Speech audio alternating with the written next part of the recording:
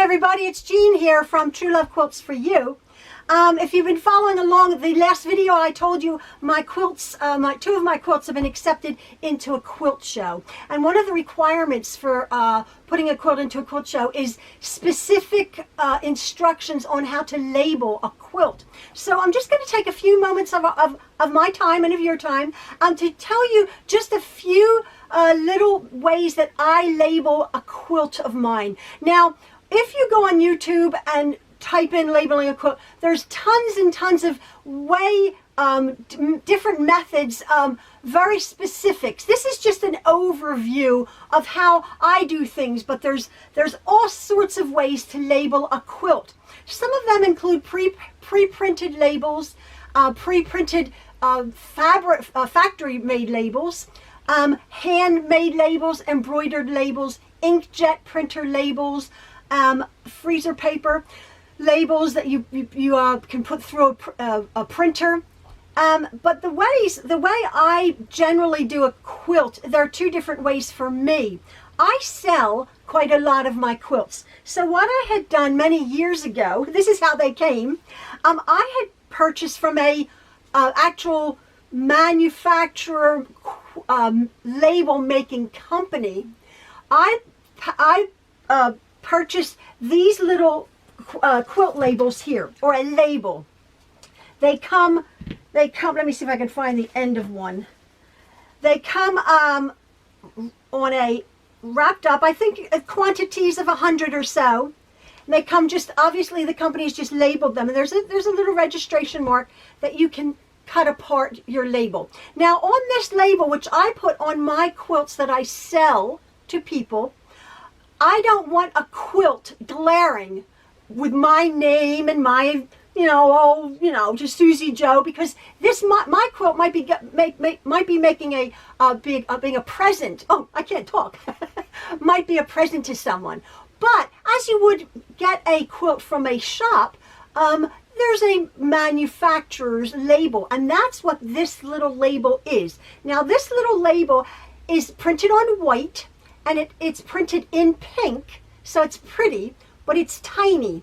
It has this has a little sewing machine, a little image of a sewing machine, and then you can get all kinds of images. Again, you can just Google fabric labels, and tons come up. Satin square ones, like you'd stick in the lining of a handbag, those type of things, or even in the shirt, neck of a shirt. This is the label that I get.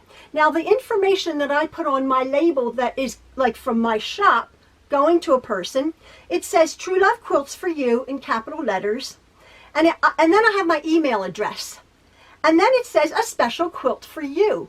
Now this is tiny enough that I could put it on the back of a quilt just in the bottom corner, and I would hand stitch that. Do you believe it? I hand stitch it. I hate to hand stitch. I just turn this little raw edge around, and I carefully, right next to the bottom of the binding. So if a person does want to use it as a reversible quilt, it's very, very unobtrusive. Okay, this is a label that is there, that if they look for it, oh, that's who made it, and I can actually get in touch with this person because her email address is the same, and I can email that person if somebody is wanting another quilt. But it's personalized. Truelove Quilts for You, my company name, and then a special quilt for you. So that's one way, and I got these, I don't know, I got them years ago, not very expensive, for like 100 of them or 200 of them or something. You can look that up. That's one way, for more of a commercial way. Now a lot of people give quilts for their grandchildren, for presents, for a wedding, for graduations, whatever. And you want perhaps more of a personalized label on the back of a quilt. The ones I really like to use are pre-printed labels that you can actually buy many different images. You can buy these by the yard. And I've had these forever. Some of these, as you can see, I've used some of them. Now this sort of a genre is for perhaps a wedding. There's a little bride and a groom there. There's a little, like a shabby chic little, like a buckle. There's two little rings, a wedding ring set. And so that could be maybe for an engagement present or for a shower present, a small little quilt, little floral. These are very subtle. This is very subtle. There's one a little bit more with roses. Now what you do with this, you buy these by the yard. And I've gotten these years ago, and I thought, I wonder if they're still available. I looked on eBay, and eBay has these printed, oh, this is from 2007, RJR Fabrics. It's called a special occasion. But eBay has pages and pages of these by the yard, or perhaps by a fat quarter, of these little printed labels. Now what you would do is, I want to cut out, they give you enough room to cut out the image here. And then what I would do with that, iron it really well, and I would actually use a very lightweight fusible interfacing on this. Okay? Excuse me. And then you're saying, well, what information do I put on it? And what pens do I use? By all means, what I have gotten is I have gotten a Micron pen, which is acid-free, which is for paper, but you can get them for fabric permanent markers. Any craft store has them, online has them. This is a Micron pen. I have used this as an archival. It's for paper, but it works beautifully. Once I put my information, which I'll tell you, I then hit it with a hot iron. Now, it's sometimes very difficult to write on fabric. To write on fabric, because, you only have one shot. You only have one shot deal. So you want to perhaps take a scrap of fabric and practice your label making on a scrap of fabric. Now, a lot of people use a Sharpie. The trouble with Sharpie, and they're permanent. I mean, you get a Sharpie on your clothes, you're not going to get it out. But the trouble with the Sharpie sometimes is they can bleed into the fibers of your fabric slightly and making a bit more fuzzy. But you can use a Sharpie. A lot of people use a pen. Think about it. If you get ink on your clothes, it takes a lot, hairspray or spray and wash or something, to get that ink out. And the purpose to write on your label is to have a permanent record, or a record that will not fade after, 3 washes. And so sometimes you can use a good ballpoint pen, but I quite like to use a permanent marker for fabric. Makes a lot of sense. So after we've stabilized our little label, doesn't have to be a pre-printed label. You could use just a piece of fabric, stabilize it, and then write on it. And then what I would do is, if you're gifting it, some people say, I don't know, you write the Gettysburg Address on it. You don't have to do that. It's like your name, the date you made it, Jean Truelove, to my granddaughter Sophia, or to Sophia, love from Nana, Jean Truelove, 2019, something like that. Whatever, though, you want. Best wishes for your wedding or a graduation, if it's a holiday present, that's up to you. But again, practice in the area that you want to write on it, even if it's just a piece of fabric. Then what I do is, obviously, I turn it over and I iron the edges down really nice. I turn these edges over, and then what you can do is write on the bottom of your quilt near the binding, or if you haven't yet bound your quilt, you could put it on 2 sides of the bottom of your quilt. Now, I curve my corners, but I could still do that, a slight curve, and then have my label, and then you attach the binding. That way you would only have to sew the top and the one side, and you have a permanent record. There's also a way. So anyway, I have dozens. I have dozens and dozens. So these are sort of pastel. That one is Counting Our Blessings. Sweet, lovely labels. But here's a little bit more, perhaps homespun looking. Here, this is how they come. Again, I've used these, and so this one has handmade with love by, and then the date. That's what already printed on there. There's a little sewing things, handmade So these are really very inexpensive if you want to get these. This is a bit more dramatic. This was on black. So if you have a darker quilt, on my Charles My Elephant, I used one of these with the black border. And so I showed the border. So it was a little bit, it popped a little bit. So again, here's big ones. Oh no, that's not a big. Oh, here's a panel. Here's a panel. Oh yeah, here's a panel that actually came with labels on the bottom. So again, I have, here's more like a Western cowboy for a little boy's quilt. The options are endless. They really are. This, if you wanted to use something like this. Now, what you also can use is if you have fabric left over, or you've made a test block. You're making a block quilt, a quilt with blocks in it, and you have a block left over. Well, you might say, well, my block has blacks and it's all patterned fabrics. Well, you can actually just border it with maybe a little bit of cream or white, and in that border around the block that you have. So here's your quilt block. You could just put a piece of white here and white there, and you could sew it just like, like almost a log cabin effect. And then on that piece of white and that piece of white, you could add your information. So, and then that can go into your quilt block. Another way that I have done is you have a square of fabric, and you interface it with an iron-on interfacing.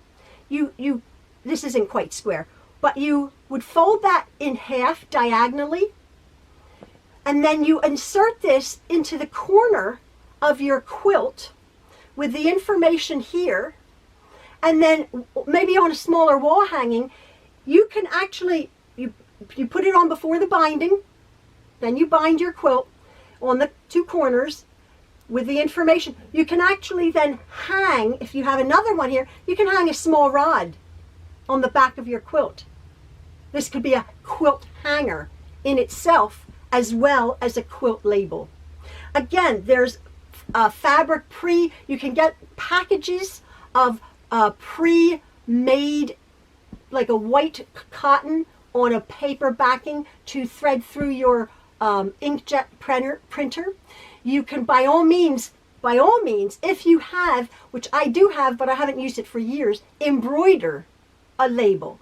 A lot of you have embroidery machines, and you can just you can hoop it and set your, you can, on your computer, you can set your label words that you want and hoop it and do a beautiful embroidery. By all means, you can use an actual embroidery hoop and do a beautiful hand embroidery. I do that with it, just a small little stitch. You would maybe do it in pencil and then fill it in with an embroidery stitch with some embroidery floss. So anyway, that's some of the ways, just a few of the ways that I label a quilt. I think it's important. Again, for my more commercial things, I don't want to overwhelm my buyers with like this, goofy quilt from me. Oh, blah, blah, blah. They don't need to know that. But I think it's very important that a quilt is labeled with some kind of identifying mark. And of course, if you're doing it for a wedding, if you're doing it for, for grandchildren, oh, this is a little baby one. Look, teddy bears. How awesome is that? Beautiful. I love these printed. Let the manufacturers, what I always say, let the manufacturers do the work. Beautiful, beautiful, beautiful. And they're not very expensive. Online, eBay, Etsy, lots of places. I know connectingthreads.com has, I believe they're free. You can download and print them out, I believe, or is it you buy them from but I know Connecting Threads has beautiful fabric quilt labels. That's what you would look under. So anyway, that's my little thing. That's how I label my quilts. There's some more. I could just go on and on. Look, a little love, like a little postage stamp. By all means, you could do your own. You could have maybe a piece of white fabric, and then a piece of beautiful floral fabric, like make a little quilt block and then in the white square. Turn it over, tiny little stitches you have to hand sew it on. I hate hand sewing, but even this one, I hand sew that on my little quilts. So anyway, that's just a little thing I wanted to go, say how I do. A lot of people have been saying, how do you label your quilts? It's just nice to, sometimes I'll end up in Goodwill. You have to be prepared for that. Some people don't appreciate our quilts. They really don't. I get that. I get that. People say, oh, I had to rescue a quilt. I'm thinking, well, maybe, you know, that's very kind, but you mustn't think terrible of people who don't appreciate our quilts, because people don't quilt. They don't understand the time, the energy, the money, the love that we put into our quilts. And that's okay. I don't understand a person who has a certain hobby. They might like to sculpt. I don't get it. I don't get it. I'll go buy a plastic thing at Walmart and put it in my garden. But like true artists. So we mustn't feel bad if we see a quilt at Goodwill. By all means, you can rescue it if you want. Rescue it if you want. We don't know the circumstances. It was there. So you have to think the best of people. Keep smiling. I always say though, this is just an aside, I belong to a Facebook page, and quite a lot of people, quilters, say, oh, I gifted a quilt to XYZ and I didn't even get a thank you, or they didn't open it up at their shower, or I was hurt. And I think that's happened to me. And again, I've gotten over that. And I have said, if a person doesn't extol, if they don't go into raptures over, if they don't hint drop, oh, I love your quilts, I love your quilts, oh my word, oh my word. If they don't tell me 100 times they love my quilts, they love my quilts. If they're going to get married, or if they're graduating from high school, they're having a special day, there's no way they're getting a quilt. No way. No way. Why am I going to waste my time and energy? They might not like quilts. And again, that's okay. Big fat check, that's fine, done with it. Everybody's happy, right? So we have to think about that. We as quilters, I think, are special people, because we see someone who has like a green and gray room, and wouldn't a green and gray room quilt look beautiful? Well, it might end up in their dog bed. I've had that happen. The dog appreciates it, it's fine. But we have to understand, again, if you do gift a quilt with a beautiful label on it, that it may end up at Goodwill. So be very, very careful. Be very careful. And when a gift stops at the recipient, there is more happiness in giving. You have to let it go. But I'm very careful who I give to anymore. Anyway, that's my little thing today. I hope you enjoyed it. Go get yourself some labels, make some labels, get adventurous, use some quilt block, orphan quilt blocks, get a good decent pen or pencil, or a pencil, or a fabric pen, permanent marker, or like you can get handmade, from banana or something, printed up if you wish. There's lots and lots of options. These are just a few of them. So again, I hope you enjoyed this. I'm going to go label my quilts and get them off to the quilt show. All right, folks. We will see you later. Thanks a lot. Bye.